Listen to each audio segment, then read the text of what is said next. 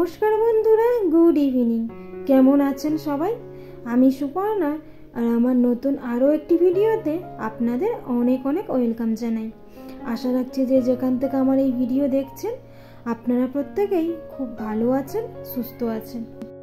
তো আজকে শনিবার আর এখন বাজে সন্ধ্যে 5টা, আর এখন থেকেই আপনাদেরকে সাথে নিয়ে একটা নতুন ভিডিও স্টার্ট করছি।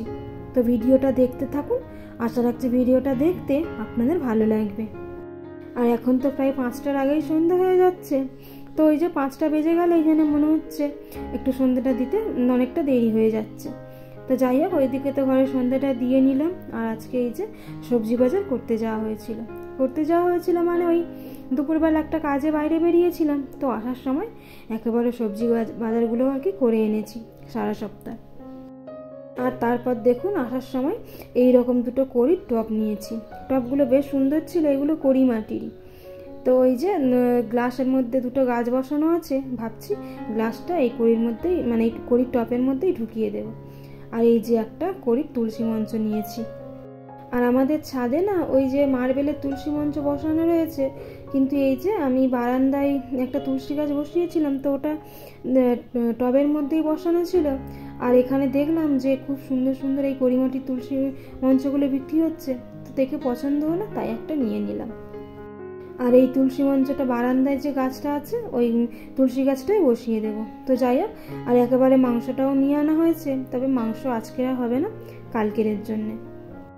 আর ওইদিকে না সবজিগুলো এখন আর গুছালাম না, তো সন্ধে দিয়েছি, বেশ কিছুক্ষণ হয়ে গেছে, তো ভাবলাম আগে চাটা করে নিই, তা নাহলে সবজি গুছাতে গেলে আবার চাটা করতে দেরি হয়ে যাবে।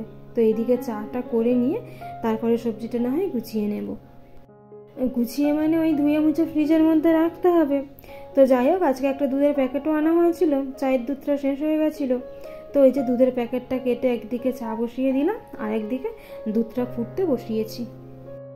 আর এইদিকে চাটা ফুটে গেছে, তবে আর একটু ফুটবে। আর এই যে দুধটাও এইদিকে গরম হয়ে গেছে, তো দুধটা বন্ধ করে দিলাম আর চাটা একটু ফুটিয়ে নিচ্ছি। আর এরই মাঝখানে বেশ ঠান্ডা ঠান্ডা লাগছিল, তো সোয়েটারটা পরে আসলাম। আর ততক্ষণ এই যে চাটা রেডি হয়ে গেছে, চাটা ঢেলে নিলাম। আর আজকে এই যে আসার সময় বাদাম দেওয়া বিস্কিট কিনে এনেছিলাম, তো ওই বিস্কিটগুলো দিয়েই চাটা আজকে খেয়ে নেব। তো চলুন চাটা আজকে তাড়াতাড়ি করে খেয়ে নিই, এরপর অনেকগুলো কাজ আছে। আর এই যে এর মাঝখানে কিন্তু চা খেয়ে নিয়েছি।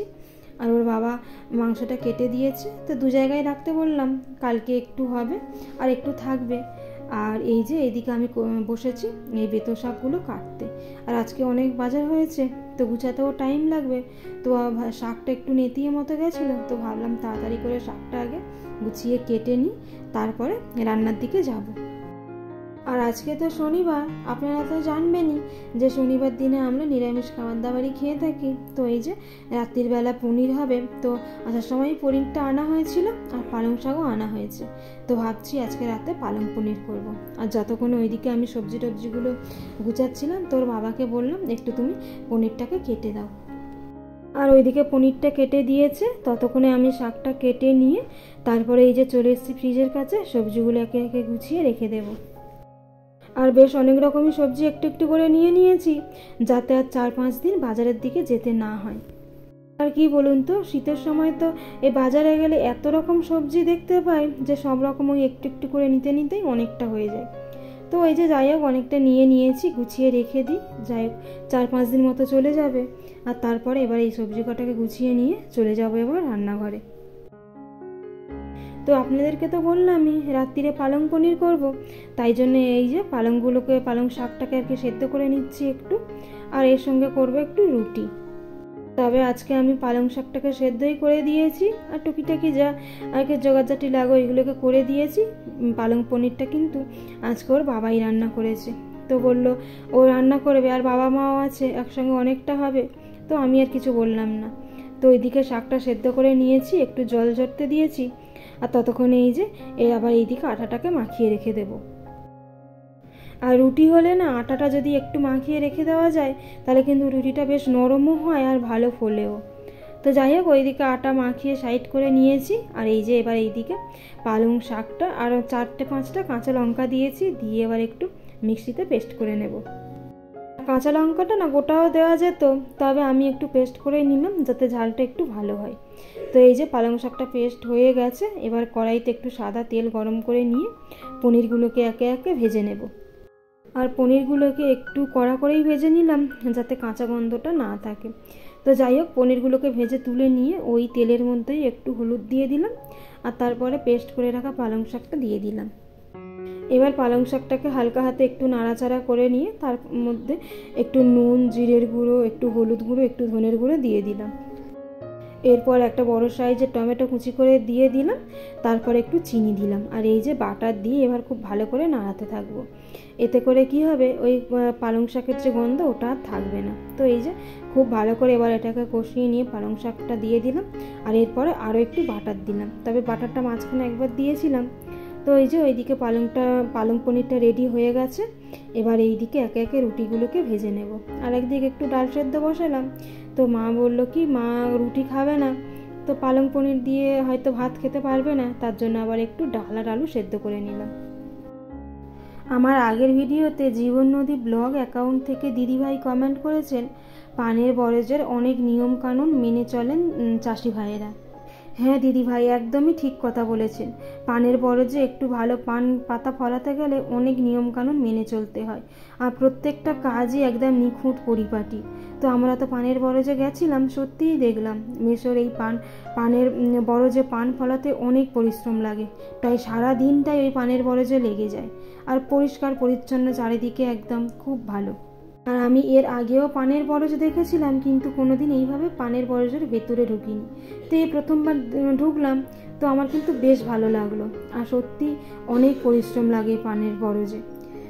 শারমিন লাইফস্টাইল অ্যাকাউন্ট থেকে দিদিভাই কমেন্ট করেছেন, খুব ভালো লাগলো। থ্যাংক ইউ সো মাচ দিদিভাই এত সুন্দর কমেন্টের জন্য। তো যাই হোক, ওইদিকে তো খাবার রান্না হয়ে গেছে। আর এই যে তো বাড়িতে তো ছিলাম না, আপনাদেরকে বললাম দুপুরবেলা একটু বেরিয়েছিলাম, তো তার জন্যই আর কি সারাদিনের জামা কাপড়গুলো এইভাবেই পড়েছিল, গুছানো হয়নি। তো এই যে এখন চলে এসেছি ওইদিকে, তো রান্নাবান্না হয়ে গেছে আর এখন খাওয়ার টাইমও হয়নি, তো ভাবলাম জামা কাপড়গুলোকে গুছিয়ে নিই। তো এই জামা কাপড়গুলোকে গুছিয়ে নিয়ে তারপরে এবার খাবার দাবার রেডি করব। তো বাবা মা একটু তাড়াতাড়িই খাই, 9:30 নাগাদ, তো তার জন্য একটু তাড়াতাড়ি রান্নাটা করে নিলাম। কিন্তু 9:30 বেজেও গেছে, তো ওনারা খেতে চাইলেন না, বললেন আধ ঘন্টা পরে খাবে। তার জন্যই আমি এবার এই যে জামা কাপড়গুলো গুছিয়ে নিয়েছি, আর এই যে এবার সবার খাবার দাবারগুলোকেও রেডি করে নিয়েছি। তো এখন ওই 9:45 মতো বাজে, এবার আমরা খেয়ে নেব। তো বন্ধুরা, আপনাদের যদি রাতের খাওয়ার টাইম হয়ে থাকে তো আপনারা অবশ্যই খেয়ে নেবেন। আর ভিডিওটাতে আমি আজ এখানেই শেষ করছি। আপনাদের সঙ্গে দেখা হবে খুব তাড়াতাড়ি পরবর্তী কোনো ভিডিওতে। ততক্ষণ পর্যন্ত আপনারা ভালো থাকবেন, সুস্থ থাকবেন আর সাবধানে থাকবেন। আর ভিডিওটি কেমন লাগলো কমেন্টের মাধ্যমে আমাকে জানাবেন। যদি ভালো লেগে থাকে তাহলে একটা লাইক করবেন, আর আমার চ্যানেলে যদি নতুন হয়ে থাকেন তাহলে চ্যানেলটিকে সাবস্ক্রাইব করে পাশে থাকতে পারেন। আর এরপর দেখুন, রাতের খাওয়া দাওয়াটা কমপ্লিট করে থালা বাসনগুলোকেও একেবারে মেজে দিয়ে নিলাম, আর গ্যাস ওভেন যা একটু পরিষ্কার করার ছিল ওগুলোকেও করে নিয়েছি। তাহলে আজ রাতের মতো কাজ শেষ।